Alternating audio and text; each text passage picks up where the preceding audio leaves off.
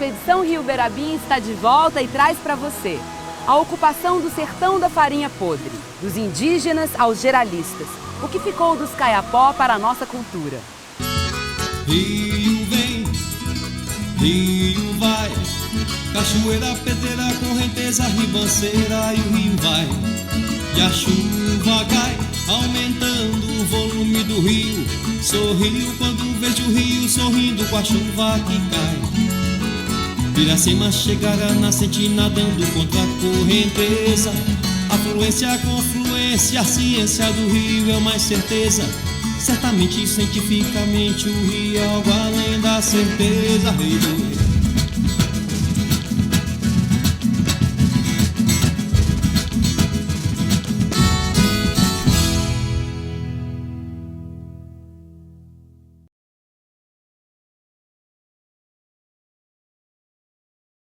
Após os geralistas terem dizimado os Kayapó no sertão da farinha podre, hoje Triângulo Mineiro, foram criados ao longo da estrada do Anhanguera alguns núcleos de ocupação indígena. Essas aldeias tinham a função de defender a picada e servir de mão de obra às tropas que seguiam rumo a Goiás e aos colonos que começavam a ocupar a região.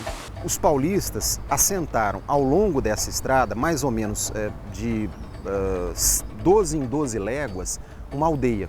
Então essas aldeias elas não foram criadas pelos índios, foram criadas pelos paulistas, pelos colonos. Então era sempre uma igrejinha, né? Em torno da igrejinha as casinhas dos índios, né? Quadradinhas assim, tudo, o formato era mais ou menos o mesmo. Ali os índios ficavam, né? Eram aldeados, eram índios que já tinham um contato grande com a civilização, praticavam pecuária, agricultura e tal. A concessão de terras aqui na região, começou a chegar muita gente, vindo lá do sul de Minas Gerais, da região da comarca do Rio das Mortes. Então essa área começou a ter mais ou menos o que acontece hoje, né? Não tem muita diferença. Hoje o que a gente tem? São áreas indígenas invadidas por colonos brancos, e foi mais ou menos o que aconteceu. E o sujeito que deveria cuidar dos índios, que era o Major Eustáquio lá de Uberaba, ele, ao invés de cuidar dos índios, ele favorecia os colonos, né? Então ele cedia as terras, permitia que houvesse a colonização. No século XIX, cerca de 500 mil portugueses, em busca de ouro, cruzaram o Atlântico com destino a Minas Gerais. Moradores do Rio de Janeiro, São Paulo e Bahia também ajudaram a superlotar essa região, movidos pelo mesmo ideal. Toda essa gente levou ao esgotamento das terras e das lavras de ouro, dando início a uma nova onda migratória, que, com o extermínio dos Kayapó e dos quilombos do oeste mineiro, também caminha para o sertão da farinha podre, entre os rios Grande e Paranaíba. Lavradores e suas famílias vinham em busca do solo roxo do sertão da farinha podre. Quando que a sua família começou a ocupar essa região? Olha, vem desde os meus bisavós, então praticamente desde o começo do século passado, né? Então que a gente já vem com a tradição aqui da família, aqui na região. E pelo que você ouviu dos seus bisavós, avós e dos seus pais contarem, como que era essa relação, né, da família Machado com essa região e com Uberabinha em específico? Olha, inclusive a fazenda, ela ocupava os dois municípios, então era a integração entre o rio Uberabinha com a fazenda. Sim. Ela margeava a margem esquerda e a margem direita.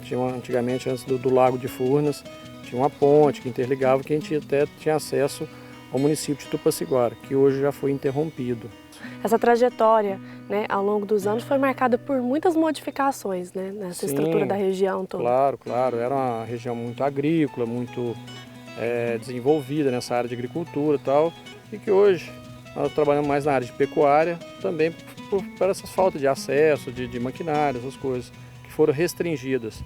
Tem um relato de 1807 de um padre que viveu aqui, falando que isso aqui era uma maravilha, né? Fez uma propaganda muito grande, que aqui a mandioca crescia a 3 metros e tal, para tentar atrair colonos para cá. Era uma agricultura muito predatória, né? É diferente, por exemplo, da agricultura dos índios. Os índios eles praticavam um sistema muito interessante, o pousio florestal. Eles cultivavam uma área durante 2, 3 anos, cultivo indígena, e depois deixavam que a floresta recolonizasse aquela área por 20 anos. Então era um negócio bem interessante. Agora, o colono luso-brasileiro, esse não. Esse era uma utilização mais predatória da terra. Então o que eles faziam? Cultivavam 5, 6 anos até que a terra não produzisse mais nada. Aí normalmente a terra era invadida, aquela área cultivada era invadida pelo capim-gordura, né? Que é um capim africano que virou praga aqui. E que era um capim de má qualidade, mas o pessoal usava para alimentar gado. Então aquilo eles largavam para lá.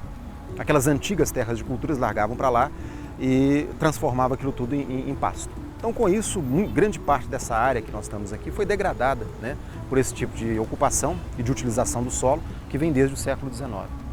Como se deu a ocupação de terras no rio Berabinha? É daqui a pouco, não saia daí.